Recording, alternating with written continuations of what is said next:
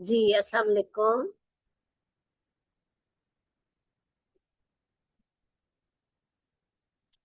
चलें, गुड। हमारा एक सेशन तो निकल गया एग्जाम्स का, माशाल्लाह। अच्छा भी रिजल्ट आया है। और जाहिर है जो पास हो गए माशाल्लाह। अगर कोई आया हुआ है पासिंग कैंडिडेट, या जो पास नहीं हुआ, तो बड़ा जबरदस्त हो जाता है अगर फीडबैक हो जाए।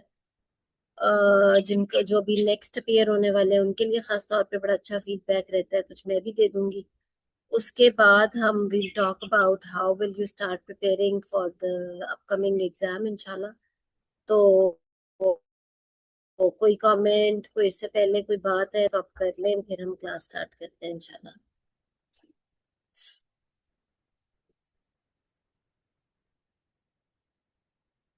अब नेक्स्ट मेरा ख्याल है सितंबर में है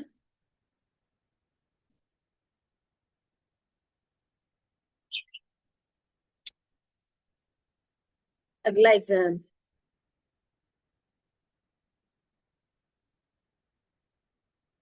आई डोंट नो, आप लोगों में से कुछ रिटर्न वाले भी होते हैं जो ज्वाइन कर रहे होते हैं। ज्यादा तो हमारा फोकस एक्सटेंडेड टॉक्स वाले सेशन का होता है एग्जाम का। बट अगेन मुझे ऐसे लगता है कि बहुत सारी डिस्कशंस और काफी कुछ आपको कई दफा एमसीक्यूज सॉल्व करने में, प्रैक्टिकल को सारा करने में भी बहुत फायदा दिखता है। आई होप आपको मेरी आवाज आ रही है सबको।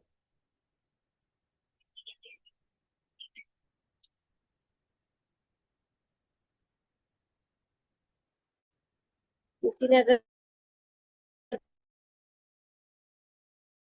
बात करनी है तो अपने आप को अनम्यूट भी करनी है।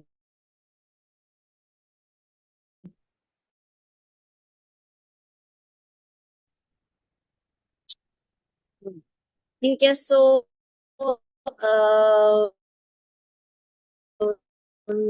आज हमने क्या, किसी ने कोई किस तरीके से यू वांट टू स्टार्ट, तो हम बताओ। आप में से कोई कुछ बोलेगा तो मुझे पता चलेगा कि मेरा माइक ठीक है या मुझे आवाज आ रही है।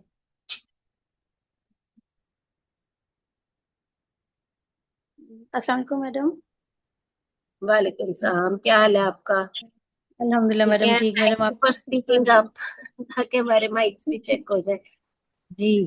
तो जी फातिमा, आप बताओ कि किस तरीके से हम आगे स्टार्ट करें, क्या चाह रहे हो टॉपिक वाइज, या कैसे शुरू में इन जनरल, क्या क्या करना चाह रहे हो आप लोग? मैडम, मैंने तो आपका थैंक यू बोलना है। अल्हम्दुलिल्लाह मैंने आपके लेक्चर सुने, पिछले भी सारे जो आपके यूट्यूब पे थे मैंने वो भी सुने, आपकी लाइव क्लासेस भी ली, आपको प्रेजेंट किया। अल्हम्दुलिल्लाह मैडम, मेरा पास हो गए हैं अल्हम्दुलिल्लाह। बहुत मुबारक हो, ये तो सो बड़ी खुशी की मैडम, बात है। No madam doubt, thank you so much. आपकी अपना, आई कैन इमेजिन कि आपका अपना कितना हार्ड वर्क होगा। बट मुझे वाकई ऐसे लगता है कि जो गाइडेंस है ना, लेक्चर्स चाहे किसी के भी हो, ये सब बहुत फर्क डालते हैं। बिकॉज हम पढ़ते हैं, हम 4 साल की ट्रेनिंग भी कर रहे होते हैं, बट एग्जाम में जाके कैसे बोल रहे हैं क्या चीज, वो भी बहुत इंपॉर्टेंट होता है। बट अगेन, जब तक आपका अपना हार्डवर्क ना हो तो गाइडेंस तो एक लिमिट तक ही होती है ना। तो आई एम श्योर आपकी आपकी फैमिली की पता नहीं कितनी इसमें एफर्ट है। We all can imagine. तो आई एम वेरी हैप्पी, शुक्र है अल्लाह का कि मैडम आपका थैंक यू पास सो हो मच, गया। Madam thank you so much. आपने बहुत अच्छा गाइड किया। मैडम आप जिस तरह शॉर्ट केस करवाती हैं ना, बहुत अच्छे करवाती हैं। मेरे पास वर्ड्स नहीं है आपकी आपकी तारीफ करने के लिए, आपको थैंक यू करने के लिए। मैडम आपने बहुत अच्छे कराए हैं। मैंने तो सबको आपका ग्रुप सजेस्ट किया है कि मैडम के ग्रुप ज्वाइन करें, मैडम को प्रेजेंट भी करें और मैडम के जो लेक्चर हैं वो भी सुने। Thank madam you very thank you much. So much. और द थिंग इज के हाँ, ये भी मुझे एक अच्छा है कि चलो यूट्यूब पे सारे लेक्चर्स हम अपलोड करते रहते हैं। अब वाले हो कितने, 2-4 साल पुराने भी हो। और अब वालों में ये है कि थोड़ा बहुत अगर कोई चेंज हो गया, कोई अपडेट्स हैं, तो हम उसकी बात कर लेते हैं। वरना तो आई एम श्योर जो पिछले लेक्चर्स दिए, एक एक टॉपिक कई कई एस्पेक्ट्स के हिसाब से कवर हुआ होता है। तो आई होप कि वो सारा अवेलेबल है।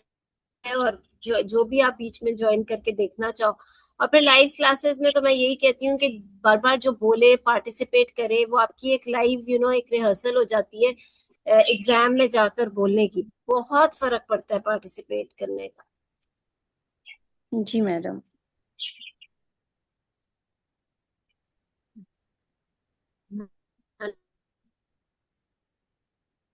ना, क्योंकि इसके बगैर जो है ना आप वहां जाके एकदम से नहीं बोल सकते हो, बेशक को कई दफा डांट भी पड़ी हो या कुछ हो, लेकिन करने हिचकिचाते।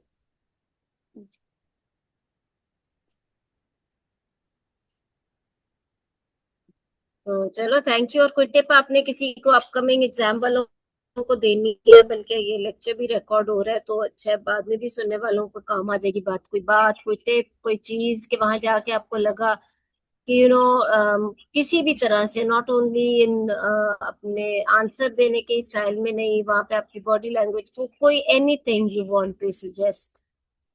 अ, मैडम जैसे आपने कहा था ना कि आप जो बात भी करें ना उसकी एक्सप्लेनेशन मतलब उसके उसको मतलब आप एक्सप्लेन कर सकें आपने ये बात क्यों की है। बस वही बात मुझे बहुत हेल्प की कि आपने जो भी बात की है जस्टिफाइड करें कि इनके जैसे मेरा लॉजिक में। पेशेंट जी लॉजिक बिल्कुल ऐसा ही है मैडम। बस वो यानी उनको पता चल जाए ना इसको लॉजिक आती है उनका बिहेव ऑटोमेटिकली आपके साथ ना बहुत अच्छा हो जाता है उनको समझ आ जाती है ऐसे। कि ये ऐसी बात नहीं कर रहा इसको आता है लॉजिक। हम्म। बिल्कुल। ये चीज़ मैंने बहुत हेल्प की। जैसे आपने कहा था कॉन्फिडेंट रहना है, मैडम मेरा लास्ट और इसमें ये फ़र्क था कि इस दफ़ा मैं कॉन्फिडेंट रही थी, कि मैं उनसे बिल्कुल। ज़्यादा मतलब ये नहीं था कि मेरी आवाज़ नहीं निकल रही हो या मैं बहुत डरी-डरी हूँ, इस तरह मेरी फीलिंग नहीं थी। तो वो ये मुझे काफ़ी हेल्प की है इस चीज़। बिल्कुल, जिस दिन आप आंखों में आंखें मिला के एग्जामिनर को जवाब दे रहे होगे ना, उस दिन एग्जाम पास होना होता है। सही बात यस है। मैडम। एग्जाम जिस दिन पास होता है ना, तो उस दिन वाकई जब आप निकलते हो ना, तो आपको लगता है कि एग्जामिनर तो बहुत छोटे छोटे से हैं। वो हुँ, वाला जो कॉन्फिडेंस लेवल है ना, जब वो होता है ना, तभी एग्जाम पास होता है। क्या आपको एग्जामिनर से डर लगना बंद हो जाता है। मतलब you should not be scared of examiners के, पता नहीं वो क्या बोलेंगे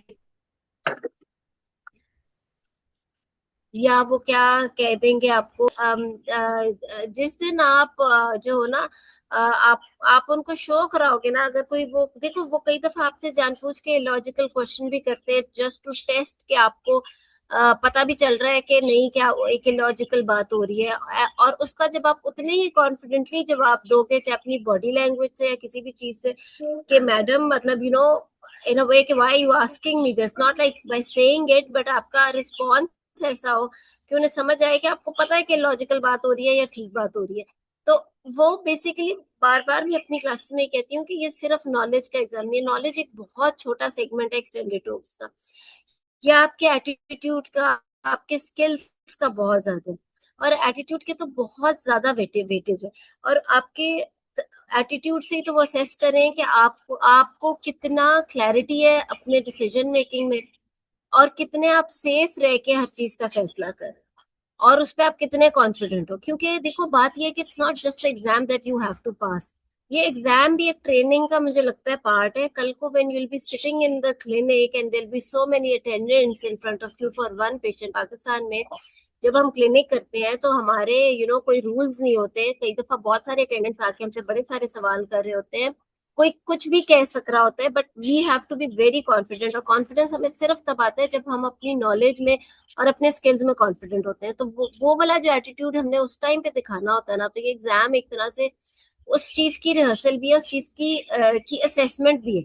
तो व्हेन एग्जामिनर्स रियली थिंक कि you are confident enough to solve everything, और आप अटेंडेंट्स को भी फेस कर सकते हो, आप किसी भी कंट्रोवर्शियल कंडीशन को कॉन्फिडेंटली खड़े होके फेस कर सकते हो एज अ मेडिकल प्रोफेशनल। तो वो चीज भी वहां बड़ी ज्यादा असेस हो रही होती है। फ्रेंकली मुझे ऐसे लगता है कि नॉलेज से ज्यादा ये चीजें असेस हो रही होती हैं, क्योंकि नॉलेज तो असेस हो चुकी होती है आपके थ्योरी में।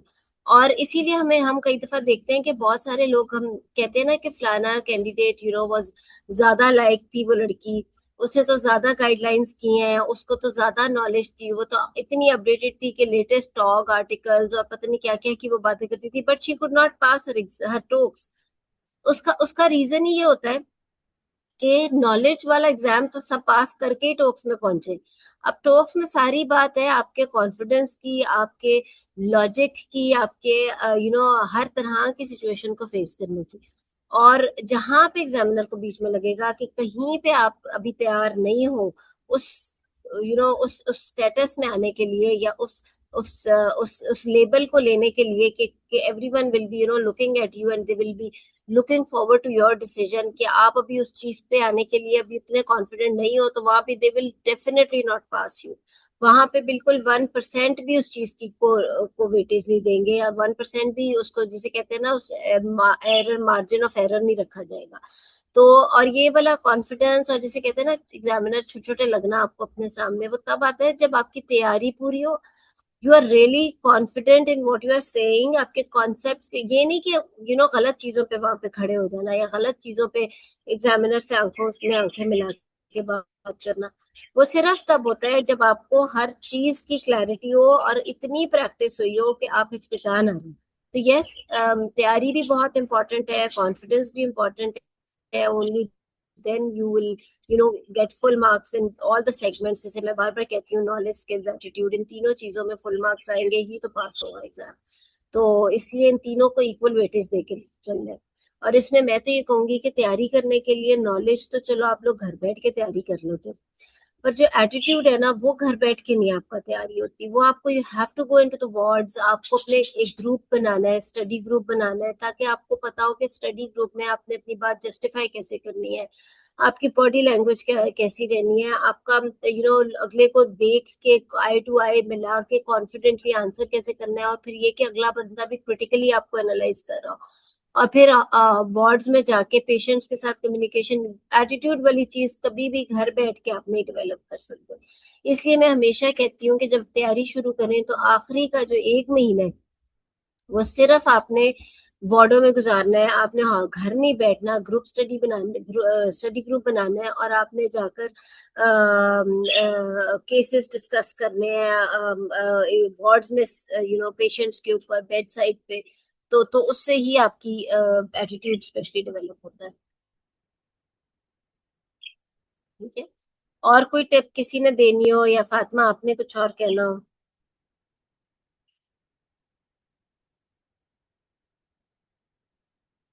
चलो गुड, थैंक यू। और उसके अलावा अगर किसी का पास नहीं हुआ, कोई अपना एक्सपीरियंस बताना चाहे तो डेफिनेटली, बहुत ही अच्छा हो जाता है, जो हमारे अपकमिंग कैंडिडेट्स हैं उनके लिए भी।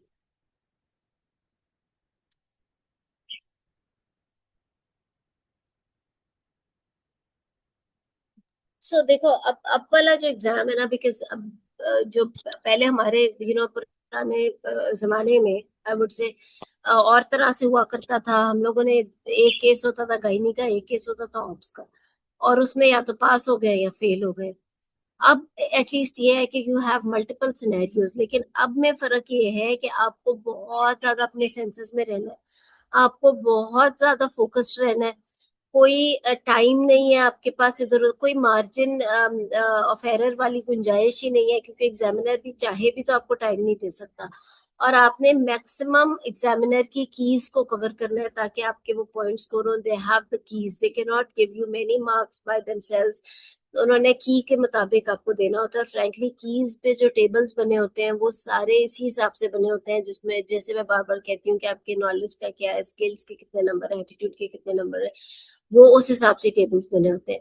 तो फोकस्ड रहने का मतलब ये है कि आप अब जब एग्जाम की तैयारी शुरू करो, अगर किसी ने कोई और सजेशन मेरी बात में ऐड करना है, स्पेशली पासिंग कैंडिडेट्स की, कि अगर आज में पासिंग कैंडिडेट्स और भी आए हैं, तो वो भी मेरी बात में कोई अगर बात ऐड करेंगे तो बहुत फायदा हो जाएगा। मैं तो ये कहती हूँ कि इट्स लाइक सत्ता जारिया। मतलब जो चीज है, अगर आप आगे ट्रांसफर करते जाओ ना, तो फ्रेंकली उससे आपके अपना भी बड़ा इल्म बढ़ता है। और कहते हैं ना, इल्म फैलाने से फैलता है। तो यस, और इससे किसी का फायदा भी हो जाता है, तो इसमें कोई शक नहीं कि बड़ी खुशी भी होती है इसमें।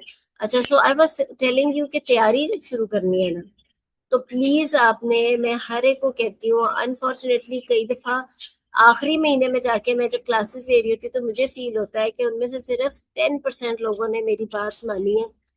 बाकी उस वक्त पैनिक में आ जाते हैं, क्योंकि उन्होंने वो किया नहीं होता, और फिर टाइम थोड़ा सा कम रह गया होता है। और ऑब्वियसली जब आप जल्दी जल्दी तैयारी करते हो, तो वो उस तरह की तैयारी तो नहीं होती ना जैसे आप शुरू से करो।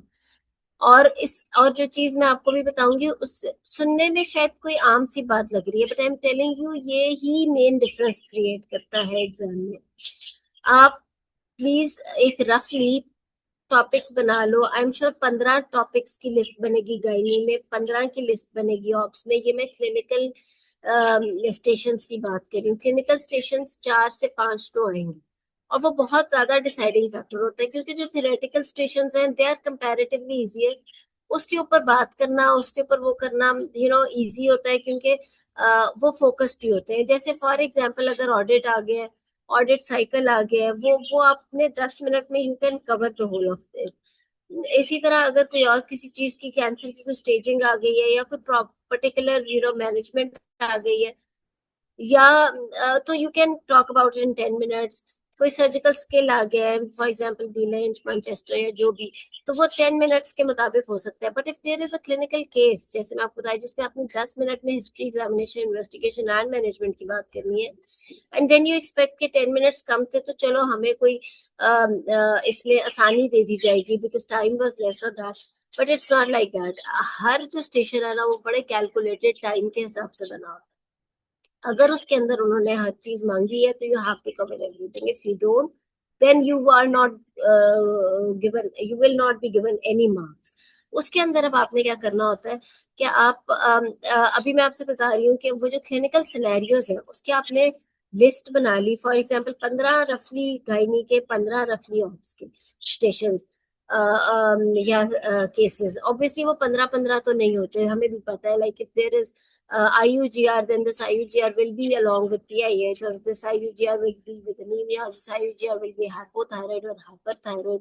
मतलब वो कभी भी एक एक टॉपिक का तो सिनेरियो हमारा होता नहीं है। हमें पता है 1000 चीजों से एक पेशेंट में आ सकती है, बट आपने टॉपिक वाइज करके एक पैटर्न पूरा बनाना है जो आपके फिंगर टिप्स पे हो। For example if there is PIH, तो आपको पता हो कि आपने उसकी हिस्ट्री कितने सेगमेंट्स में लेनी है। सेगमेंट्स का मतलब ये है कि आपने उसके एक तो एंटीनेटल हिस्ट्री पूरी ले ली, उसके बाद आपने उसकी हिस्ट्री के अंदर पॉसिबल जो कॉम्प्लिकेशंस के सिम्टम्स मदर में, और फीटस के कॉम्प्लिकेशंस के सिम्टम्स मदर में, या फिर जो ट्रीटमेंट अब तक ले रही है, और मतलब ये वाली सारी चीजें आपने, और why she got PIH in this pregnancy, ये 3-4 सेगमेंट्स। पहले तो 4 सेगमेंट्स, फिर इन 4 सेगमेंट्स का एक एक सवाल। जब तक आपके फिंगर टिप्स पे ये बातें नहीं होंगी, तब तक आप वहां कवर ही नहीं कर सकते। आप उस वक्त सोचकर नहीं बोल सकते। अगर आप कहो कि मैंने अपनी 4 साल की ट्रेनिंग में कोई 200 तो PIH खड़े खड़े ही देख लिए थे, तो how am I going to miss any one question regarding PIH in my exam? But you will miss the question, and if you will miss a question, so you will not be given any marks at all. For example, you take the whole history and you forget talking about the cause of or the possible risk factors for PIH in this patient in history, you will not be given any marks at all.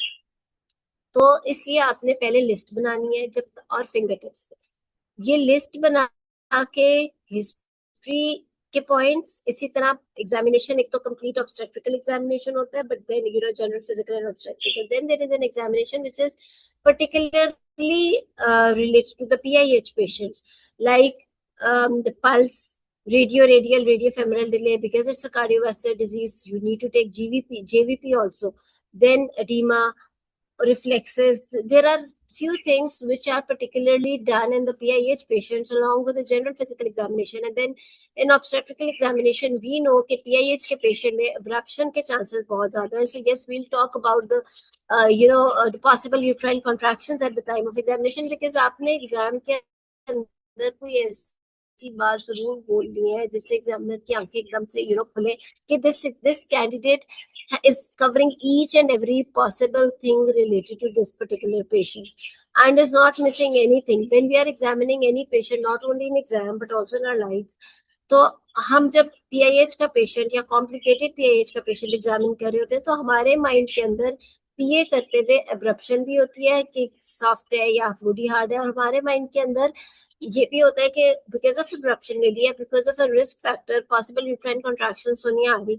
इसी तरह previous scar वाले patients के अंदर etcetera etcetera. So there are many, वो तो हमारे बहुत unlimited एक बहुत ही ज्यादा लंबी लिस्ट है टॉपिक्स की जिसपे हम बात कर लें। लेकिन जब आपने एक एक पेशेंट के एक एक पॉसिबल सिनेरियो की चीजों को अपने फिंगर टिप्स पे किया होगा, तो वहां पर जब आप कोई 12-13 स्टेशन पे से भी गुजर रहे होगे, तो 10 मिनट में भी आप ऐसी ऐसी बातें बोल के वहां पे उठोगे कि you not miss anything. And very frankly, ये नॉलेज और ये तैयारी आपको क्लिनिकल प्रैक्टिस में इतनी काम आती है, you don't miss anything in any patient at all.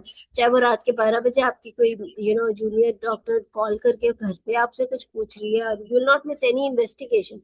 इसी तरह इन्वेस्टिगेशन में एक तो बेस लाइन तो है ही, but then you should know how to ask investigation in that particular patient. PIH पे हमें पता है पीआईएच प्रोफाइल क्या, but at the same time you should know कि शी इज 30+ वीक्स पे। तो मुझे सिर्फ फीटल किक काउंट की बात भी अगर मैं पूछ लूँ, उसके सीटीजी की बात पूछ लूँ, ट्रीटमेंट टिकट की बात पूछ लूँ, ब्लड प्रेशर रिकॉर्ड की बात, ब्लड प्रेशर का रिकॉर्ड किस टाइम का, अभी का, या एडमिटेड पेशेंट है तो at the time of admission क्या था, एटसेट्रा एटसेट्रा, वो आपका प्रेजेंस ऑफ माइंड खुद ब खुद ही होना शुरू हो जाता है जब आपकी पिछली सारी चीजें बहुत ठीक चल रही होती हैं। यानी जब आपको पीछे इतना दिमाग नहीं लड़ाना पड़ा हिस्ट्री एग्जामिनेशन पे, तो आपको इन्वेस्टिगेशन और मैनेजमेंट में आपका दिमाग खुद ब खुद ही इतना अच्छा चलना शुरू हो जाता है कि वहां पे तो हमें लगता है कि शायद today was the day and luck was with us, but actually आप हर सेगमेंट इतना अच्छा बोल रहे होते हो कि जहाँ पे आपको नहीं भी आ रहा होता वहां भी आपका दिमाग चलना शुरू हो जाता है। तो इसलिए आपने एक एक चीज, एक एक इसकी जो टॉपिक को, अभी हमारे पास काफी टाइम है तो आप अभी बैठ के चाहे हफ्ता 2 हफ्ते लगाओ, 3 हफ्ते लगाओ, अपने ये नोट्स पूरे कर लो कि हर टॉपिक से रिलेटेड हिस्ट्री में क्या करना है, एग्जामिनेशन में क्या करना है, इन्वेस्टिगेशन में क्या करना है, मैनेजमेंट का मैं आपको भी बताती हूँ। सो हिस्ट्री एग्जामिनेशन इन्वेस्टिगेशन का आपने एक सारी लिस्ट बना के, फॉर एग्जाम्पल आप 3 हफ्तों में करते हो, ये है मई का महीना, चलो जून तक कर लेते हो, ठीक है, फॉर एग्जाम्पल। उसके बाद आपने जब तैयारी शुरू करनी है, अभी मैंने सिर्फ हिस्ट्री एग्जामिनेशन इन्वेस्टिगेशन की बात की है, मैनेजमेंट तो बेइंतहा इंपॉर्टेंट है, उसकी तैयारी कैसे करनी है वो भी मैं आपको बताती हूँ। तो जब आपने हिस्ट्री एग्जामिनेशन इन्वेस्टिगेशन के नोट्स बना लिए हैं, तो for example after June, from July onwards you start preparing for your talks, July August September, at least July से प्लीज अपनी तैयारी बहुत सीरियसली शुरू कर देना। अगस्त का महीना आप लोगों ने वार्डों में गुजारना है, you should not stay at home at all. कभी ये ना समझना कि एक बंदा अकेला बैठ के तैयारी कर लेगा तो जाकर पास हो जाएगा, it happens very rarely. If you know your well, आपने अपना होमवर्क सारा जून जुलाई तक कर लिया है और अगस्त से आप बेड साइड पे शुरू हुए हो, तो आप सोच ही सकते हो कितना ज्यादा फायदा होगा। आपने अपने पार्टनर के साथ एक एक एक एक चीज डिस्कस करनी है। इट्स इवन बेटर अगर 3 या 4 या मैक्सिमम मैक्सिमम 5 और मिनिमम 2 लोगों का ग्रुप बहुत इंपॉर्टेंट है आखिरी महीने के लिए। और मैंने इसलिए कहा कि 2 से ज्यादा, इसलिए क्योंकि वो बहुत जबरदस्त क्रिटिकली एनालाइज होता है पेशेंट, और बहुत जबरदस्त वो आपको पॉइंट आउट करते हैं। वो कह रहे हैं नवंबर में, सितंबर में, नवंबर तो और भी दूर है, फिर तो अभी और भी आप अच्छी तरह कर सकते, बिकॉज फिर आपके पास सिर्फ एक महीना जुलाई का नहीं होगा, उससे ज्यादा टाइम हो जाएगा करने का। So I was telling you कि once you are done with the notes, what are you going to do then? जुलाई में फॉर एग्जाम्पल आप जब से भी अपना घर में बैठ के थ्योरी रिवाइज करते हो या प्रैक्टिस शुरू करते हो, जो आपने घंटा पहले शुरू करना, आपने 1 आवर डेली का, starting from July till the date of your exam, daily you have to go through your notes of history examination investigation of each and every topic, only then they will be on your fingertips। देखो बहुत सारी चीजें मैं exam आप लोगों की class में जब ले रही होती हूँ, मुझे तो शुक्र है अल्लाह का, एग्जाम पास किए हुए भी कोई 15 साल होने वाले हैं, 10-15 साल, but whenever I take your class obviously I do come after revising things, but again there are few small little things जो मैं बोल रही होती हूँ। वो मैं क्यों बोल रही होती हूँ? क्योंकि शायद जो तैयारी मैंने पार्ट 2 के वक्त की थी वो इतनी रिविजन्स की थी, तो ऐसे मेरे अंदर बैठ गया हुआ है कि I don't miss those things on those in those particular patients. और इस वजह से कई दफा आप इतने कॉन्फिडेंट होते हो कि when you are dealing patient in in your hospital, जिसको फॉर एग्जांपल कार्डियक भी मसला है या किडनी का भी मसला है, तो आप इवन नेफ्रोलॉजिस्ट के भी सामने जाकर खड़े हो जाते हो कि ये चीज ऐसे नहीं, ऐसे क्यों नहीं कर रहे हैं। यानी कि आप इतना ज्यादा अपने पेशेंट को एज अ होल लेके डील कर सकते हो, if you are good in theory and if you have revised your things again and again so much कि फिर जब ऑप्स का पेशेंट विद किडनी डिजीज भी है या ऑप्स का पेशेंट विद कार्डियक डिजीज भी है, तो you give sometimes tough time to the cardiologist also discussing things with him कि आप अननेसेसरी चीजें क्यों करा रहे हैं मेरे पेशेंट में, which is not needed, you are going towards the wrong diagnosis for example. So वो confidence obviously as a consultant when you'll be dealing patients, or frankly आप after taking this degree, जब इंशाल्लाह FCPS की degree आपको मिलनी है, तो आप उस लेवल पे होगे कि patients will be refer to you. तो देर इज नो पॉइंट के कोई गलती की गुंजाइश हो या कोई चीज मिस कर जाने की गुंजाइश हो। तो इसीलिए एग्जाम में भी एग्जामिनर यही देखते हैं कि ऐसी कोई गुंजाइश नहीं होनी चाहिए कि आप कोई चीजें मिस करो। तो आपने daily daily daily every hour 1 घंटा दो या 2 घंटे दो, डेली आपने हर चीज को रिवाइज करना, ताकि आपके ये चीजें फिंगर टिप्स पे आ जाए। फिर मैनेजमेंट, जैसे मैंने आपसे कहा कि हर चीज का पहले एक माइंड मैप तैयार होना चाहिए, जैसे कि हिस्ट्री का एक माइंड मैप होना चाहिए कि आपने पहले उसकी एंटीनेटल हिस्ट्री अगर ली है, उसके बाद आपने पॉसिबल मैटरनल और फीटल कॉम्प्लिकेशंस की हिस्ट्री ली है, उसके बाद आपने अब तक की ट्रीटमेंट की हिस्ट्री ली है, उसके बाद आपने possible risk factors for that particular disease की हिस्ट्री ली है, और फिर अब तक क्या कंट्रोल चल रहा है, अब उसका फर्दर क्या प्लान है हॉस्पिटल में।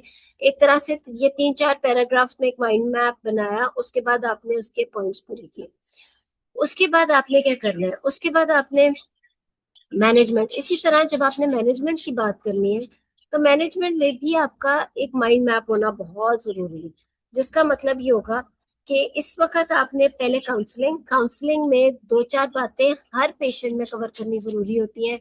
And if you don't cover those few points in your counselling, then आपकी काउंसलिंग बिल्कुल इनकम्प्लीट है, और उसकी वो वेटेज नहीं है जो अदरवाइज शायद, मतलब एक होता है ना क्लियर कट पासिंग कैंडिडेट, फिर आप वो वाले नहीं होते हो अगर आपने हर वो चीज। जैसे काउंसलिंग के अंदर you have to first definitely tell the patient about the possible problem she is having, like she is having PIH for example। अभी मैं चलो उसी की मिसाल दे रही हूँ अगर, तो उसका इम्पैक्ट प्रेगनेंसी में क्या है, it's a high risk pregnancy और not, whether she needs to be admitted or not, what are the possible fetal and maternal complications।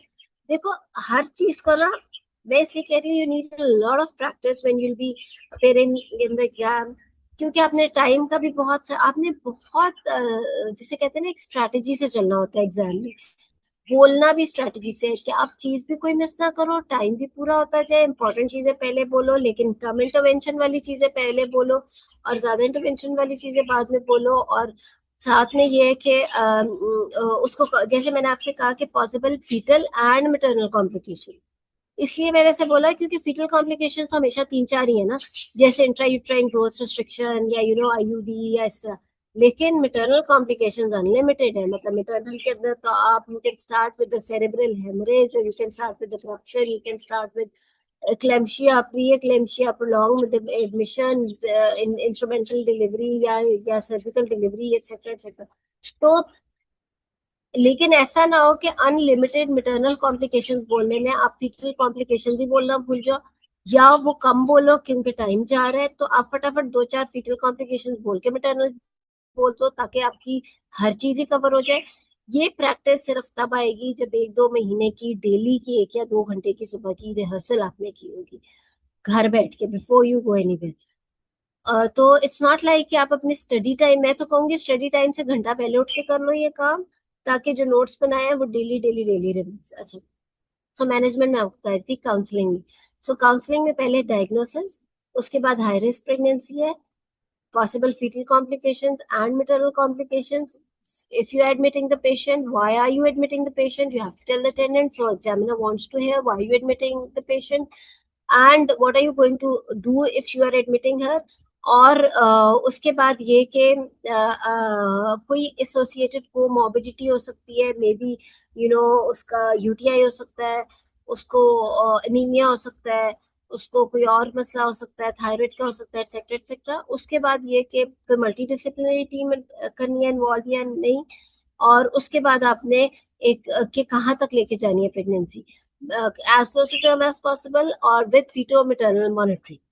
ये एक माइंड प्लान पूरा बोलना बहुत जरूरी है एग्जाम के अंदर, before you start of with the details of your management, that first you'll tell the diagnosis, you'll tell the patient and her attendant that it's a high risk pregnancy, the possible fetal and maternal complications, you need to admit her, why you need to admit her, if she's having anemia, if she's having UTI or anything else, you have to treat her, you need to involve multidisciplinary team when she, especially if she's admitted in the hospital, and then what are you going to do, you want to prolong pregnancy as close to term as possible, with veto maternal monitoring. और फिर आपने इसी सारी चीजों को detail में बोलते रहना है, जैसा कि आपने बोला है कि हाई रिस्क प्रेगनेंसी, मतलब इसी चीज को।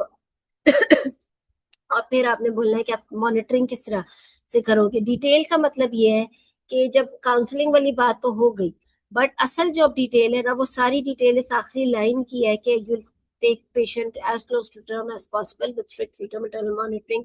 कि आपने हॉस्पिटल में रखते हुए क्या करना है और आपने बाद में क्या करना है। शी इज एट 30 वीक्स, आप अभी क्या कर रहे हो, ये कब कब उसका बीपी कर रहे हो, कब कब उसका इन्वेस्टिगेशंस कब कब रिपीट करा रहे हो,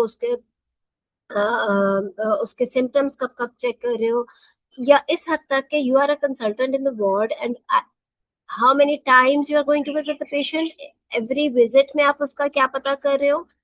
दिन में 3 दफा बीपी चेक होना चाहिए, हर 2 घंटे बाद चेक होना चाहिए, या क्या होना चाहिए, और उसकी लैब्स कब कब होनी चाहिए। you should be very, because I have seen के sometimes physicians want के LFTs रेंज आ गए हैं तो सुबह शाम कराएं, या उसका यूरिक एसिड इतना आ रहे हैं तो अब आप डेली कराएं। बट वी नो कि इवन अगर सिवियर प्रीक्लेम्शिया भी है तो 3 टाइम्स अ वीक है, एटसेट्रा एटसेट्रा। मतलब बहुत बहुत क्लिनिकल सिनेरियो के हिसाब से, बट इट्स नॉट लाइक सुबह शाम हम करा रहे हो या डेली करा रहे हो।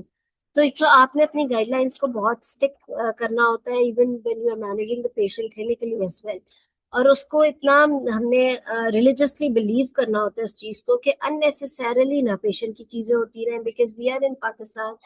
We can not treat our patients the way they are treated maybe in England और अब्रॉड, क्योंकि हमारी बिल्कुल डिफरेंट प्रैक्टिस है, और इसी प्रैक्टिस के मुताबिक आपका एग्जाम में मार्किंग होगी। सो इस चीज को जब आपने एलेबोरेट करना है कि मॉनिटरिंग, फीटो मैटरनल मॉनिटरिंग, इसको भी इसी तरह आपने तैयार करके जाना है कि फीटल मॉनिटरिंग से क्या मुराद है। 30 वीक्स में फीटल मॉनिटरिंग क्या होती है, यू शुड नो एग्जैक्टली कि फीटल किक काउंट की वेटेज क्या है। Twice a day is enough, CTG once a day is enough, although it's preterm. 30 weeks पे प्री टर्म तो चलो ठीक है। उसके बाद आपने इसका फीटल मॉनिटरिंग में आपको पता होना चाहिए कि अल्ट्रासाउंड है तो बायोफिजिकल प्रोफाइल 3 डेज के बाद आप करा सकते हो। ग्रोथ स्कैन 2 वीक से पहले कराने का फायदा नहीं है। डॉपलर आपको कब कब चाहिए, depending on the obviously ST ratio and Doppler findings. So ये इतनी इंपॉर्टेंट बातें हैं कि हाउ आर यू डूइंग। ये जो मैंने आखिरी लाइन आपको माइंड प्लान में बोली थी ना, I take patient as close to term as possible with feto maternal monitoring, इसकी detailed elaboration has to be so good के फीटल मॉनिटरिंग। अच्छा, मैटरनल मॉनिटरिंग, मैटरनल मॉनिटरिंग में सिम्टम्स आप चेक कर रहे हो, कौन से सिम्टम्स डेली चेक कर रहे हो। फिर आप उसके उसके एग्जामिनेशन में क्या चीज डेली कर रहे हो, डेली कर रहे हो तो कितनी दफा दिन में कर रहे हो। फिर आप उसकी इन्वेस्टिगेशन हैं तो कितनी देर बाद करा रहे हो, and how are you going, when are you going to send her home. If you send her home, you will be calling her after how many weeks, after on every visit what are you going to do, you will start again from the history। क्या points हर visit पे history में important है, examination हर visit में क्या होगा। ये इतनी इतनी इसमें इम्पोर्टेंट बातें हैं कि you we can not even miss. ये आपने प्रैक्टिस बहुत की होगी तो फिर आप हर विजिट में बीएमआई या वेट पे बात करना भी नहीं भूलोगे। उसकी वजह ये है क्योंकि पीआईएच का पेशेंट में वी नो के एडीमा होता है, और अगर एक बहुत एक्सेसिव वेट गेन हो गया तो डेफिनेटली बात एडीमा की तरफ भी जा रही है। तो ये सारी चीजें आपको छोटी छोटी बातें हैं जो आपने हर विजिट में भी क्या बोलनी है। इसीलिए तो कहते हैं कि पास नहीं होते लोग। इतने लाइक लोग, इतना अच्छा वाइवा हो गया, बट इवेंचुअली आपके पूरे जो दिन के कैंडिडेट्स थे उसमें 2 लोग पास हुए। वो इसलिए क्योंकि ये छोटी छोटी बातें, और ये सिर्फ तब कवर होंगी या यू विल ना, हमें हम सबको पता है ये चीजें इंपॉर्टेंट है, हम सबको पता है, हम करते भी। बट एग्जाम में ये, even when you will be doing your clinical practice और you will be doing an emergency in a busy hospital, जब आप उसे लीड कर रहे होगे तो आप ये छोटी छोटी चीजें मिस नहीं कर सकते। आपका दिमाग वहीं पे एकदम से जाग जाए कि ये रिस्क फैक्टर वो रिस्क फैक्टर, कि जब आपने इतनी प्रैक्टिस की होगी तो ये एग्जाम की तैयारी इटसेल्फ उसी चीज की तैयारी है।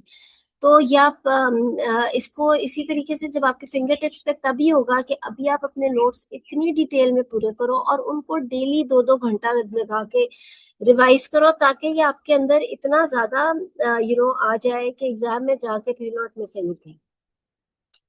किसी ने कुछ काफी लंबी बात बोली लिखी है, I can not read the whole of it, please आप इसको ना हैंड रेज करके बोल दो। इनएक्टिव स्टेशंस के बारे में, समटाइम्स गिव यू लैब्स और ये प्लीज आप हैंड रेज करके बोल दो तो बहुत अच्छा हो जाएगा।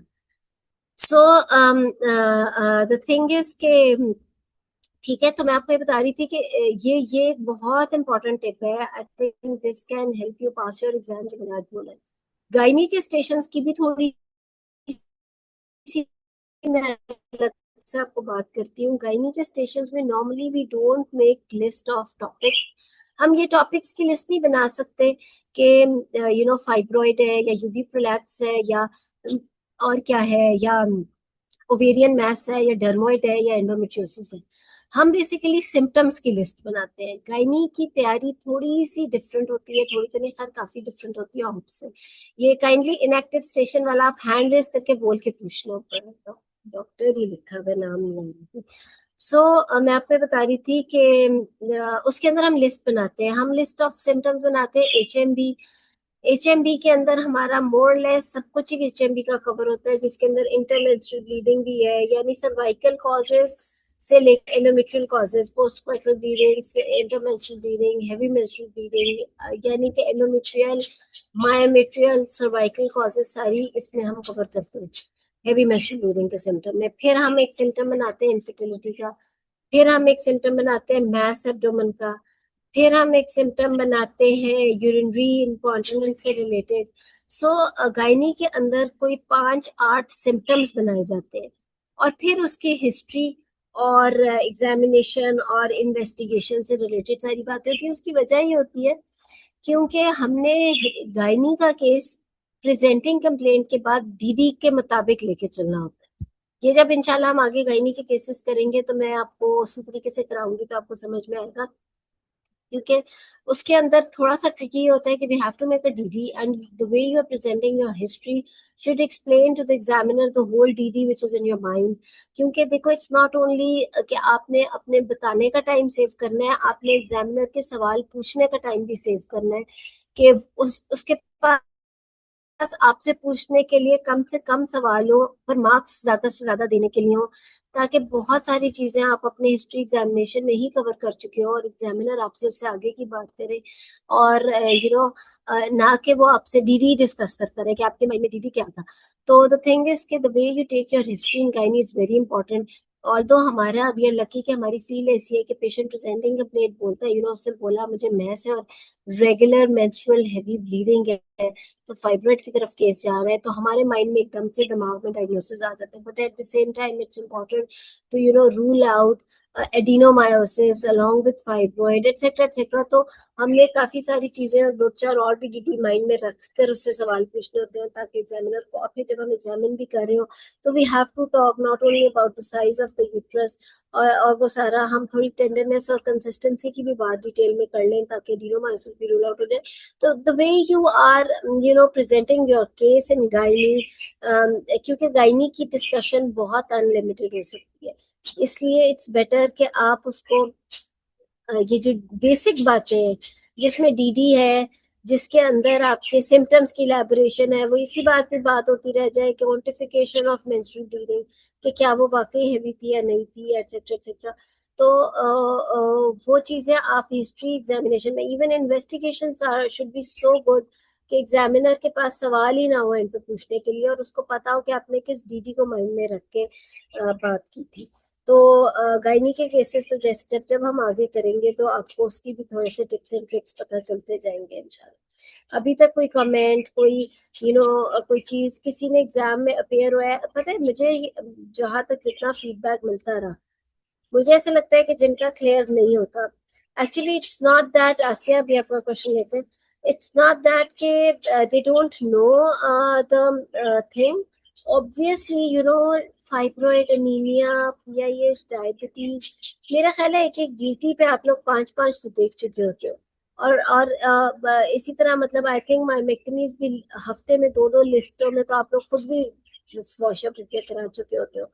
बट एग्जाम में क्या प्रॉब्लम होता है, बात मायोमेक्टमी की हुई है, यू फॉरगेट लिटिल थिंग्स जो कि बहुत डिफरेंस क्रिएट करता है। मैं हमेशा कहती हूँ कि कैंडिडेट्स को, अब आप वो एग्जाम देने जाते हो, जा रहे हो इस टाइम पे, कि जब सारों में से पास ही 2 लोगों ने होना है, तो इट मीन्स के 60% is not passing for you it has to be 70%। आप 70% की तो तैयारी करके जाओ। और फ्रेंकली सीपीएसपी में हम सबको पता है कि 70% लेना कितनी बड़ी बात है, यू नो। हम तो 60 के लिए ही मारे जा रहे होते हैं कि वो उतरे ही आ जाए। लेकिन जब आप 70 का तैयार करके जाओगे तो 60 का प्रेजेंट करोगे ना। तो आपने ऐसी छोटी छोटी बातें बोली हैं कि एग्जामिनर का ध्यान कहीं और भी है, तो उसकी एकदम से आईब्रोज खड़ी हो कि ये इसने एक बात ऐसी की है कि she is a different candidate, she is not going to miss anything. मतलब छोटी छोटी, जैसे मायोमेक्टमी में छोटी सी बातें हैं कि आप यू नो ब्लड लॉस कम करोगे ताकि डिसीजंस कम बने, उसमें यू कैन यूज वेसोप्रेसर। मतलब बहुत छोटी छोटी बातें। कई लोग शुरू करेंगे इंट्राऑपरेटिव ब्लड लॉस से कम करना, लेकिन हो सकता है कोई कैंडिडेट वहां बैठा हो वो कहेगा प्री ऑपरेटिवली मेरा तो ब्लड लॉस कम होगा, प्री ऑपरेटिव तैयारी से मेरा ब्लड लॉस कम होना शुरू होगा। किस तरीके से? जीएनआरएच से I can give GnRH pre operatively, I can I can treat anemia already, etc etc। उसकी तैयारी शायद प्री ऑप से शुरू हो जाए जहां पे ब्लड लॉस या ब्लड ट्रांसफ्यूजन की बात है। सो ये छोटी छोटी चीजें, छोटी छोटी practice, and you have to do this practice in a group, in a group of girls.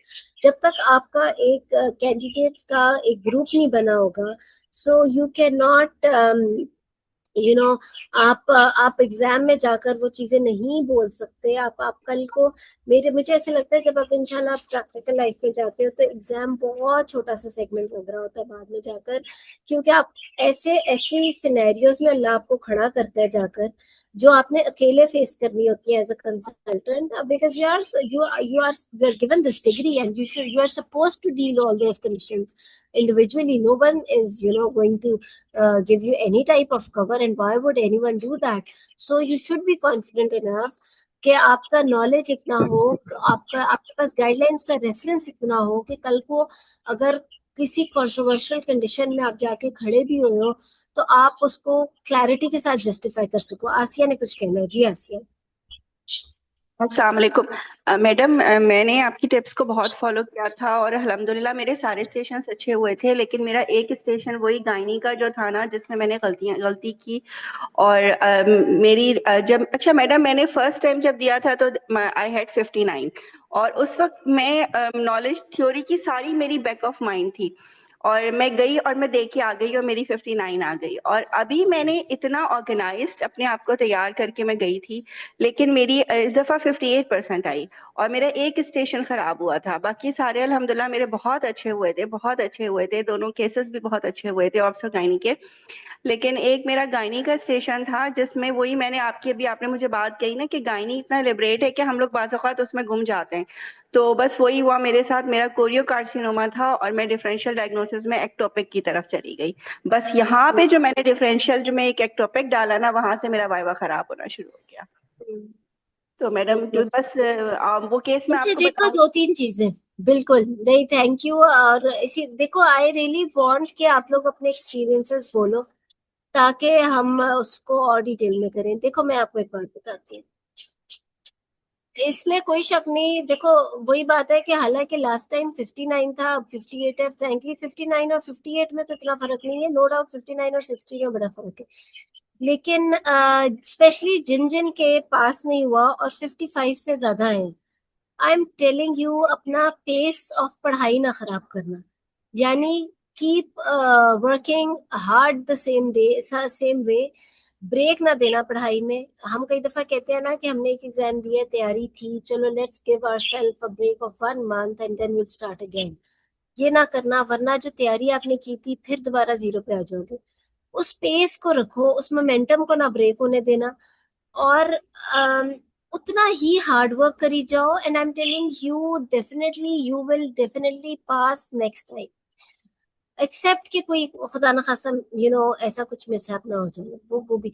अच्छा, दूसरी चीज ये कि मुझे लोगों ने किसी कैंडिडेट ने ये भी कहा इस दफा कि आई गॉट लाइक 59.5, और पिछली दफा भी एक दो ने कहा कि ये 0.5 और बड़ा रोना धोना कि कि ये 0.5 और 60 में इतना फर्क नहीं था और हो ही जाता पास। अव्वल तो ऑब्वियसली जिसका 59.5 है 59 उसका तो डेफिनेटली अगली दफा हो ही जाता है इंशाल्लाह पास, अगर वो बहुत ब्रेक ना दे पढ़ाई में।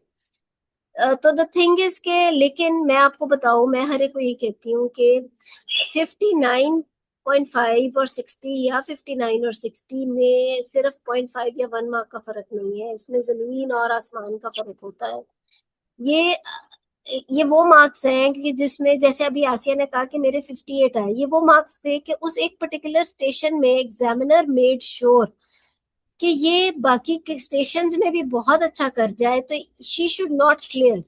और आई एम श्योर उसने बाकी स्टेशन में बहुत अच्छा किया, वरना एग्जामिनर ने कोई कसर नहीं छोड़ी थी स्टेशन में कि ये पास हो जाए, वरना तो शायद 55-50 आते अगर इसके किसी और स्टेशन में भी कहीं गड़बड़ हुई होती।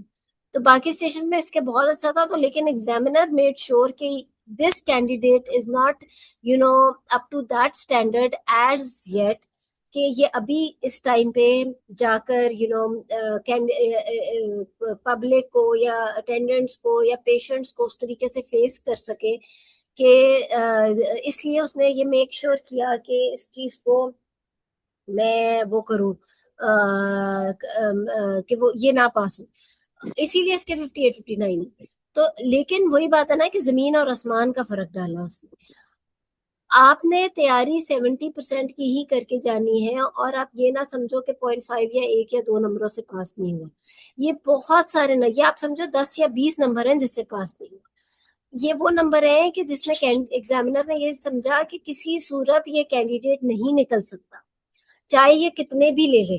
पहले जमाने में ये होता था कि इस तरह भी इवन हो जाता था कि किसी कैंडिडेट के एक स्टेशन में एक एक एक केस सिनेरियो में 70% आए हैं, तो दूसरे में एग्जामिनर ने इतने कम दिए कि 40% दिए कि किसी भी तरह, और उसमें कई दफा एग्जामिनर्स की एक्सप्लेनेशन भी कॉल हो जाती थी कि how can a candidate who is getting 70% in one station and 40% in other station, मतलब एक कैंडिडेट का ये कैलिबर नहीं हो सकता कि जिसके 70% आ रहे हैं तो कहीं कोई एग्जामिनर का पर्सनल ग्रज ना हो। एग्जामिनर्स की भी स्क्रूटनी हो रही होती है, एंड पे ये भी चेकिंग हो रही होती है कि कहीं अनड्यू मार्किंग, अब तो खैर बहुत कम चांस रह गया कोई अनड्यू मार्किंग्स का, पहले ज्यादा होता था। अब तो सिस्टम काफी बेहतर हो गया है कंसिडरिंग के वो अनड्यू मार्किंग और वो चीजें काफी बेहतर हो गई हैं सीपीएसपी में, गाइनी में। बट पहले ये होता था कि कुछ पर्सनल ग्रज ना आ गया हो, कुछ वो ना, इवन एग्जामिनर्स को वो आउटलिस्ट कर दिया जाता था फॉर एग्जाम्स, जिनके केसेस में बहुत ज्यादा ऐसा आता था कि किसी को बहुत मार्क्स दिए हैं तो किसी की उसी कैंडिडेट को किसी और उसमें बहुत कम है तो क्यों है, और उसको पूरा स्क्रूटनाइज किया जाता था फिर, यानी इतना वो ना डिस्प्रोपोर्शनेट मार्क्स किसी कैंडिडेट के ना हो। बट ये है कि sometimes if any, फिर इसकी explanation भी होती है and the examiners always can justify कि this is not a, for example, not a safe candidate or no. So yes, if you do any blunder in any station, I am telling you this is not an easy exam. We do think कि हर station को मिलाकर आपका total marks बन रहे हैं, you can cover it up, yes you can, but always remember ये जो clinical stations है इसके ऊपर examiners sometimes do take that authority कि this is not a safe candidate, sometimes ये काउंसलिंग नहीं इसने प्रॉपर की, इसको यही नहीं समझ आया कि एडमिट क्यों कर रहे हैं पेशेंट को, हालांकि मैनेज कर लिया, पर एक कोई पर्टिकुलर बात है जो कैंडिडेट जो एग्जामिनर को लगी कि जो कि बड़ी जेन्युइन भी है। How can a fellow consultant can not explain to to a patient कि उसे एडमिट क्यों किया जा रहा है, या उसे ये नहीं पता कि हर कितने अरसे के बाद उसने फॉलो अप पे बुलाना है, एटसेट्रा एटसेट्रा। तो इस वजह से ही मैं आपसे कह रही हूँ कि आपने डेली डेली की जो प्रैक्टिस है वो इतनी अच्छी करके जानी है कि आपका जो है ना वहां पर बैठ के कोई ब्लंडर ना हो। इसी तरह डीडीज भी, अब जैसे आसिया ने कहा कि कोरियोकार्सिनोमा में no doubt early pregnancy miscarriage या अर्ली प्रेगनेंसी लॉसेस में when there is a mono pregnancy you do keep this thing in mind के टॉपिक भी तो हो सकता है डीबी में, बट बोलना भी है तो बहुत थोड़ा सा बोल के, if there is a patient with early pregnancy and beta hCG positive, you do want to rule out ectopic in your ultrasound finding, but it's not like कि आप उसी को लेकर elaborate ही किए जाओ। क्योंकि कोरियोकार्सिनोमा या मोलर प्रेगनेंसी के अंदर तो आपको क्लिनिकली भी हिस्ट्री एग्जामिनेशन में ही काफी हिंट्स मिल जाती हैं कि इट इज नॉट एक्टोपिक। तो बट यस, लेकिन वही बात है, उसको बहुत अगर आप थोड़ा सा भी डिटेल में लेके जाओगे तो बंदा ये कहेगा कि कहाँ कोरियोकार्सिनोमा और एक्टोपिक का क्या लेना देना। इवन अर्ली मिस कैरेज ही खाली है, not even molar, simple miss carriage में भी आप एक टॉपिक की बात एक लेवल पे करके खत्म कर देते हो। तो इस वजह से यस, वो करना, इस चीज को देख के करना है। ठीक है जी, असमा ने कोई क्वेश्चन करना अस्सलाम वालेकुम मैडम। है जी मैडम असमा। मैंने पूछना था ये आसिया से, इनका फाइनल रिजल्ट आ गया? हमारे तो प्रोविजनल शो होता रहता है जिसमें अभी तक परसेंटेज शो नहीं होती कि क्या आई है हमारी। मेरा ख्याल है it's too early for the percentage, आप सही कह रहे हो। वो डिपेंड करते हैं सेंटर्स के ऊपर। कराची सेंटर में हमेशा जो होता है ना, ये लोग जो प्रोविजनल रिजल्ट देते हैं उसी के साथ परसेंटेज दे देते हैं। अब मुझे नहीं पता कि और जो सेंटर्स होते हैं वहां पे क्यों नहीं देते, क्योंकि अक्सर लड़कियां कहती हैं कि लाहौर वालों को शायद देर से परसेंटेज बताते हैं, और जो लोग कोयटा या पेशावर से होती हैं उनको भी देर से परसेंटेज बताते हैं। लेकिन मैं कराची की हूँ, मुझे लास्ट टाइम भी ना उसी वक्त ही परसेंटेज उन्होंने मेरे भेज दी थी, ई पोर्टल पे, मेरे ई पोर्टल पे आ गई थी। तो इट डिपेंड्स, खैर परसेंटेज आपको जब भी है, I am telling you again, बहुत ही बुरा हाल होता है अगर 55 से कम है। 55 और 60 के बीच में बहुत फर्क नहीं होता, लेकिन 59 और 60 में जमीन और आसमान का फर्क। 55 और 60 का मतलब ये है कि ये मार्जिनल सा है, बट अभी अभी नहीं है इस लेवल का। बट अगर इसी तरह तैयारी होती रही तो अगली दफा तो इंशाल्लाह पास हो जाएगा। बट बात यह है कि 55 से कम वाला needs to improve theory also, and needs to redo the whole thing, कि या तो उसे पैटर्न समझ नहीं आ रहा एग्जाम का, या उससे वहां पे सेंसेस मेंटेन करने में प्रॉब्लम हो रही है, यानी एक स्टेशन में दूसरे स्टेशन में जाके उस चीज को रिटेन रखने में, कि किस तरीके से उसने बिहेव करना है, किस तरीके से उसने उस चीज को स्टार्ट करना है चीज को। मतलब 55 below means a lot of improvement, which means कि उसे बहुत सारे कोर्सेज अटेंड करने हैं। फ्रेंकली मैं आपको बताऊं, जो आप लोगों के लाइव कोर्सेज हो रहे होते हैं ना बिफोर एग्जाम, डिफरेंट आप लोगों के टीचिंग हॉस्पिटल्स में, वो भी अटेंड, मैं हमेशा सजेस्ट करती हूँ, दे आर वेरी गुड। और उससे आपको एक पूरी प्रैक्टिस हो रही होती है, वहां पे आपको एक प्रेजेंस ऑफ माइंड की प्रैक्टिस हो रही होती है, कि सिर्फ क्लासेस अटेंड करना। इवन मुझे कई दफा लगता है कि ऑनलाइन क्लासेस भी काफी हैं, बट ऑनलाइन के अलावा जो लाइव क्लासेस हैं फेस टू फेस बैठ के, शायद उसकी भी थोड़ी सी वेटेज ज्यादा होगी। बट अगेन, जो आपके कोर्सेज टीचिंग हॉस्पिटल वाले ऑर्गेनाइज कराते हैं, वहां पे प्रेजेंट होके एक स्टेशन से उठ के दूसरे स्टेशन पे जाना, एक रश के अंदर अपनी नर्व्स मेंटेन करना, डायग्नोसिस, जैसे अब ये कोरियोकार्सिनोमा वाली बात हुई, मुझे ऐसे लग रहा है कि उसमें शायद थोड़ा सा कंफ्यूजन आई उस ऑरा, जो एक एग्जाम का ऑरा बना होता है उसको लेकर, कि आपका कहीं प्रैक्टिस करते हुए कहीं शायद बात हुई थी या क्या हुआ था आपके माइंड में, वही बात रह गई, आपने एक टॉपिक को ज्यादा एलेबोरेट करना शुरू कर दिया और एग्जामिनर वहां ऑफेंड हो गया, इसलिए लेकिन जो 55 से कम वाले हैं उनके लिए तो ये होता है कि वो कोर्सेज अटेंड करें, दे हैव टू मूव, उन्हें घर से बाहर निकलना है, उन्हें गाइडेंस बहुत ज्यादा चाहिए। 55 से 60 वालों को बस दोबारा से मेहनत चाहिए, लेकिन और ये जो मैंने आज टिप्स बोली हैं उसको उस तरीके से चलने की जरूरत है ताकि आपका हर चीज सीधी होती जाए। और लेकिन 59 और 60 वाले ये ना समझे कि वी आर ऑलमोस्ट पास, हमारा तो एक नंबर से ही रह गया, लेकिन 59 और 60 में इतना ज्यादा फर्क है कि जिसे कहते हैं ना, टेबल के आप उस तरफ बैठे हो या इस तरफ बैठे हो, ये डिसाइड करने वाला नंबर है। ये सिर्फ एक नंबर नहीं होता, ये बहुत ही ज्यादा मार्क डिफरेंस होता है उस कैंडिडेट का जिसका 60 या मुझे मुझे 61 है अंदाजा है और जिसका मैडम, 50। जी सॉरी। मैडम उन मैडम ने ना मुझे ज्यादा से ज्यादा उस स्टेशन पे ना 4 नंबर दिए होंगे, जो मैं उनको हिस्ट्री तक लेके गई हूँ ना, हिस्ट्री एग्जामिनेशन तक। और वो और आपकी बात सही कि जब हम सीपीएसपी का ये वाला एग्जाम देने जा रहे होते हैं ना, तो हमें अपने आप को 80% करके अंदर जाना होता है, कि हमारे ब्रेन में ना हर चीज 80% हो, हर टॉपिक को हमें इतना थॉरो ब्रेन में लेके जाना होता है। फिर वहां पे उसकी जब वजह ये है एग्जैक्टली, क्योंकि वहां पास ही थोड़े लोगों ने होने, 2-4 लोगों ने या दो ने एक दिन में अगर पास होना है, तो ऑब्वियसली हिस्ट्री एग्जामिनेशन तो सभी बोल रहे हैं वहां बैठ के। देखो एवरीवन नोज जो थ्योरी क्लियर करके आया है उसको कोरियोकार्सिनोमा का डायग्नोसिस बनाना, सिम्टम्स देखना किसको नहीं आता। मतलब जिसने 4 साल की ट्रेनिंग कर ली, जो कि थ्योरी पास करके आ गए, आपको क्या लगता है कि आपसे पहले अगर 13 कैंडिडेट्स गुजरे उस एग्जामिनर के पास से, तो क्या वो बोल कर नहीं गए होंगे? बट उनमें से पास तो एक नहीं होना। पास उसने होना है जो 80% वाला बोलेगा, जो इतना खूबसूरत बोलेगा कि कुछ नहीं मिस हो रहा, बल्कि कुछ ऐसी ट्रिकी बातें भी बोलेगा कि कुछ और this is exactly what is needed in your clinical practice. Very Frank, हम लोग सब काम कर रहे होते हैं लेबर रूम्स में, ओपीडीज में। अगर एक ओपीडी में फॉर एग्जांपल एक बंदा एवरेज 50 पेशेंट देख रहा है गवर्नमेंट ओपीडी में, या आप प्राइवेट प्रैक्टिस में एवरेज 5 भी देख लो, जो कि प्राइवेट पेशेंट जिस तरह से आपके, आजकल तो एआई का जमाना है, हर कोई चैट जीपीटी और ये क्लाउड वगैरह से पढ़ के आया होता है, और आप वहां पर बैठो, आपके सामने अगर पढ़ा लिखा पेशेंट बैठे है तो वो ये इतनी आए बाई शायद सवाल कर रहे होते हैं। अब ये कोरियोकार्सिनोमा कोई अगर एआई से पढ़ के आ गए तो वो आपसे बैठ के ऐसे ऐसे सवाल करेगा, बिकॉज अब the world is changing, the generation is changing actually, कि आप जब तक उसको ऑन द स्पॉट जवाब नहीं दोगे तब तक आपका तो क्लिनिकल प्रैक्टिस, प्राइवेट प्रैक्टिस में, that patient is not going to come back to you.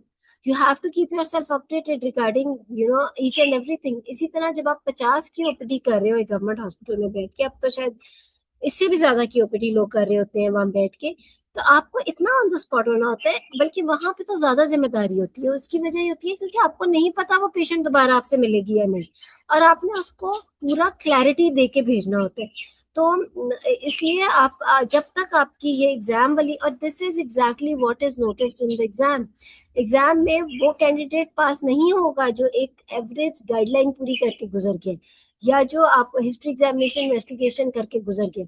वहां पे वो पास होगा जो इस सारे सिनेरियो को लेके, जो मैंने आपको बताया है, जो हमारे सेटअप्स में बैठ के आप लोग फेस करोगे कल को क्लिनिकल प्रैक्टिस में या ओपीडीज में।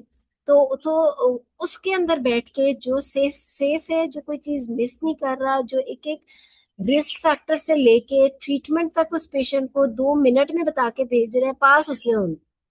तो ये बड़ा, it's a very tricky exam. It's not a very सीधा एग्जाम इन अ वे कि आप कहो कि जी थ्योरी और वो सारा करके चले गए। और बार बार मैं कहती हूँ कि guidelines are important, talk articles are important, किताबें आर वेरी इम्पोर्टेंट, बट ये एग्जाम आप कभी ओवरलैप नहीं कर सकते एमआरसीओजी से।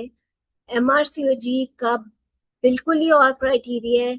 ये इस एग्जाम के अंदर आपको असेस किया जा रहा है कि हमारी पॉपुलेशन, हमारे सेटअप्स, हमारे रिसोर्सेज, हमारी लैब्स, हमारे सोशल या कल्चरल सिस्टम के मुताबिक आप उस पेशेंट को कैसे ट्रीट कर रहे हो।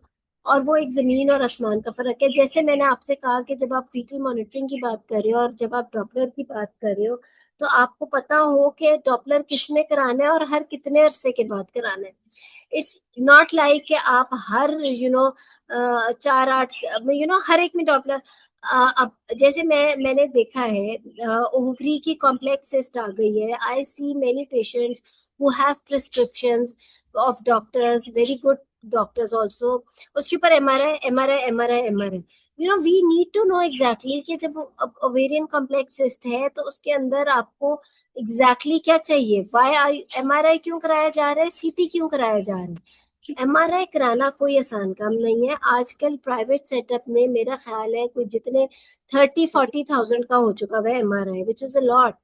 इसलिए आपको एग्जैक्टली पता हो कि किसमें आपने एमआरआई कराना है, किसमें सीटी कराना है। इवन अगर आप सरकारी अस्पताल में फ्री में भी पेशेंट करा रहे हैं तो सरकारी अस्पताल का तो रिसोर्सेज यूज हो रहे हैं ना, तो अननेसेसरीली आपने अल्ट्रासाउंड, बायोफिजिकल आपको एग्जैक्टली पता हो, ये पता हो सीटीजी भी कब करनी है, किसमें करनी है, दिन में कितनी बार करनी है, क्या सिग्निफिकेंस है इसकी। हम जब तक इस तरीके से बात नहीं करेंगे ना एग्जाम में कि इसकी कितनी सेंसिटिविटी है, इतने परसेंट तो इसकी सेंसिटिविटी नहीं है किसी डिसीजन मेकिंग में, या तो ही हम एग्जाम में पास हो सकते हैं। बाहर के मुल्कों में they have to follow their guidelines, maybe like a Bible, वो उसको वर्ड बाय वर्ड फॉलो नहीं करेंगे तो उनके ऊपर लीगल इश्यूज हो जाते हैं। They have to get many investigations in a patient, जो कि शायद उसमें वो ना, लेकिन हमने तो उस पेशेंट को अपने मुल्क के रिसोर्सेज और उस पेशेंट के रिसोर्सेज, और specially considering the cultural system कि वो एक फीमेल है हमारे मुल्क में, एक फीमेल के अंदर कितनी दफा उसने आके आईवी आयरन लगवा लेनी है, या कितनी दफा उसको पता नहीं घर जाके उसे ओरल आयरन भी किसी ने लेके देनी है नहीं देनी, तो एक्सेट्रा एक्सेट्रा। कल को आज ये आई है यूवी प्रोलैप्स की पेशेंट मेरे पास, मैं इसे कंजर्वेटिव ट्रीटमेंट बता रही हूँ, तो कल को पता नहीं इसने मेरे पास आना भी है नहीं आना है, बेचारी सारी जिंदगी इसी तरह सफर करती रह जाएगी। सो इस एग्जाम को आप कभी भी इंटरनेशनल एग्जाम से ओवरलैप नहीं कर सकते। सो नेवर थिंक कि एमआरसीओजी की तैयारी कर ली है तो ये एग्जाम अब आसान हो गया। ये एग्जाम अपनी तरह का एग्जाम है, इसकी तैयारी बिल्कुल डिफरेंट है। जैसे मैंने आपको कहा उसी तरीके से आपने एक पैटर्न बनाना है और उसको डेली डेली रिवाइज करना है ताकि आपके वो फिंगर टिप्स पे आ जाए। ठीक है जी, कोई और बात? मैडम ठीक नेक्स्ट क्लास में आपको ये टॉपिक देंगी क्या, जब आपके अभी नेक्स्ट क्लास होगी जैसे तो? कि I think we should discuss topics और साथ वॉलंटियर्स उसी तरह हम कर लेते हैं। अगर आप चाह रहे हो कि किसी और तरीके से तो हम वैसे कर लेंगे, बता दो टॉपिक से स्टार्ट करा दीजिए प्लीज मैडम, और क्या जो है चीज। वो टॉपिक से स्टार्ट करा दीजिए मैडम, क्योंकि आपकी क्लासेस बहुत टॉपिक से इंपॉर्टेंट कर होती हैं। लेंगे। मैंने आपके साथ IUGR PIH किया था, और मेरे 2 स्टेशंस जो थे ना, वो मेरा शॉर्ट केस भी और एक स्ट्रक्चर डिस्कशन भी PIH IUGR था, और अल्हम्दुलिल्लाह मैं बहुत कॉन्फिडेंटली उन दोनों में बोल के आई थी। तो मैडम मुझे तो बहुत फर्क पड़ा था क्लासेस से, तो प्लीज बिल्कुल मैडम आप। ठीक है। आई थिंक टॉपिक्स में हमारी काफी चीजें कवर हो जाएंगी, बीच बीच में मैं और भी टिप्स, जैसे आज है अभी और भी काफी सारी टिप्स हैं एक्चुअली, वो साथ साथ हम वो भी कवर करते रहेंगे। एक डॉक्टर ने क्वेश्चन किया है वो भी कवर कर लेंगे। उन्होंने कहा है कि इंटरैक्टिव स्टेशंस में कुछ एग्जामिनर्स बिल्कुल चुप बैठ जाते हैं और कुछ बहुत सारे क्वेश्चंस करते हैं रिगार्डिंग इन्वेस्टिगेशन। और वो एक चीज मैं आपको बताऊं, देखो बात ये है कि you should not look at the examiner what they are going to ask you in the exam. Instead examiner को आपने अपनी लाइन पर लेके चलना है। ये एक पूरी स्ट्रेटेजी है, ठीक है, ये एक ट्रिक है एग्जाम को पास करने का। आप बैठ के एग्जामिनर की शक्ल ना देखो कि वो क्या सवाल करेगा, आप खुद उसको लीड करो कि वो ये सवाल करे। बहुत सारी इसकी एग्जांपल्स हैं। जैसे फॉर एग्जांपल एक पेशेंट है जिसमें आप कॉम्प्लेक्स मैथ्स है और आपने स्टेजिंग कर ली है, don't wait for the examiner to tell you कि कौन सी स्टेज थी या क्या है, make it the earliest stage, treat the patient, send her home, good biopsy report, well and good, follow ups and all. Instead के examiner आपको stage 3 बताए और फिर कीमोथेरेपीज की बात हो एक्सेट्रा एक्सेट्रा। या फिर your history should be so beautiful, history and examination, कि आप एग्जामिनर को लीड करो कि ये डीडी डिस्कस करना है मेरे से। आपका हिस्ट्री और एग्जामिनेशन में वो चीजें एम्फसाइज हो रही हो कि वो खुद ब खुद ही उस डीडी को डिस्कस करे। जैसे कि फॉर एग्जांपल एक सब फर्टिलिटी का पेशेंट है और उसके अंदर फॉर एग्जांपल मेल सब फर्टिलिटी है, आपकी हिस्ट्री पूरी ज्यादा से ज्यादा मेल पे बेस्ड हो, आपकी इन्वेस्टिगेशन उस पे, एग्जामिनर ऑटोमेटिकली मेल के डीडी पे जाएगा। ना कि आप कंटिन्यूसली डिस्कस किए जा रहे हो फीमेल की मेंस्ट्रुअल साइकिल, करेंगे बट हल्का हल्का टच। अब जैसे कोरियोकार्सिनोमा की बात थी, बस एक हल्का सा लफ्ज बोल दो, दैट इज इट, आगे चलो। डोंट मेक कई दफा एग्जामिनर्स जो बहुत रेयरली होता है, लेकिन एग्जामिनर बार बार आपको डिस्ट्रैक्ट करते हैं। B very confident. जैसे कोरियोकार्सिनोमा था, कई दफा एग्जामिनर आपको या तो बहुत अच्छे कैंडिडेट को बहुत ज्यादा डिस्ट्रैक्ट करने की कोशिश करते हैं, और अगर वो डिस्ट्रैक्ट हो गया तो वो पास नहीं होता, या बहुत बुरे कैंडिडेट को ताकि उसका टाइम वेस्ट होता जाए। आप एग्जामिनर को बोल्डली बोलो। फॉर एग्जाम्पल अगर कोरियोकार्सिनोमा का पेशेंट और कैंडिडेट बार और एग्जामिनर आपको बार बार एक टॉपिक की तरफ लेके जा रहे हैं, बार बार आपको कह रहे हैं कि पेशेंट फेंट हो रही है, या पेशेंट को पेन हो गई, पेशेंट का ये हो गया, आपने लेप्रोस्कोपी नहीं की, या ये नहीं हो गया वो नहीं हो गया, तो आप उधर ही उसको वहीं पे, जिसे कहते हैं ना, ऑब्वियसली डोंट बी, मतलब एक आपका जेस्चर ऐसा हो, इतना भी आप हार्श हो सकते हो, not like very harsh, but आप इस हद तक भी कह सकते हो कि madam excuse me, my case is this, why would I do the laparoscopy, जिसे कहते हैं ना आंखों में आंखें डाल के कहो madam shut up, obviously you are not going to do that, but you should be that confident about yourself कि madam why are you talking about that, मेरा तो ये केस है।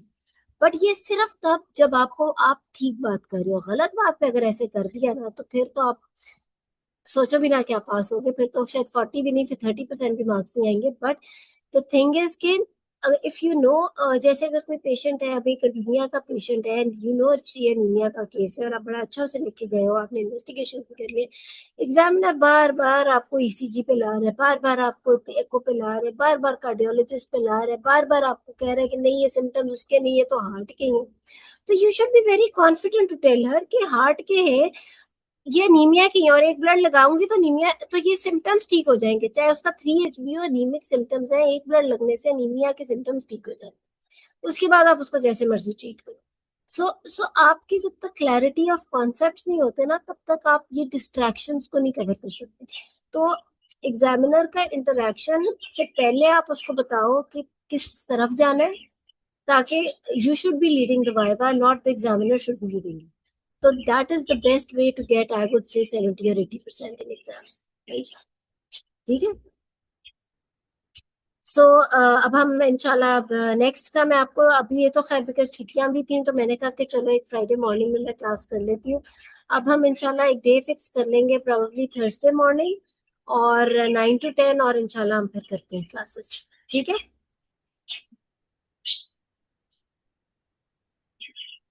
मैडम आप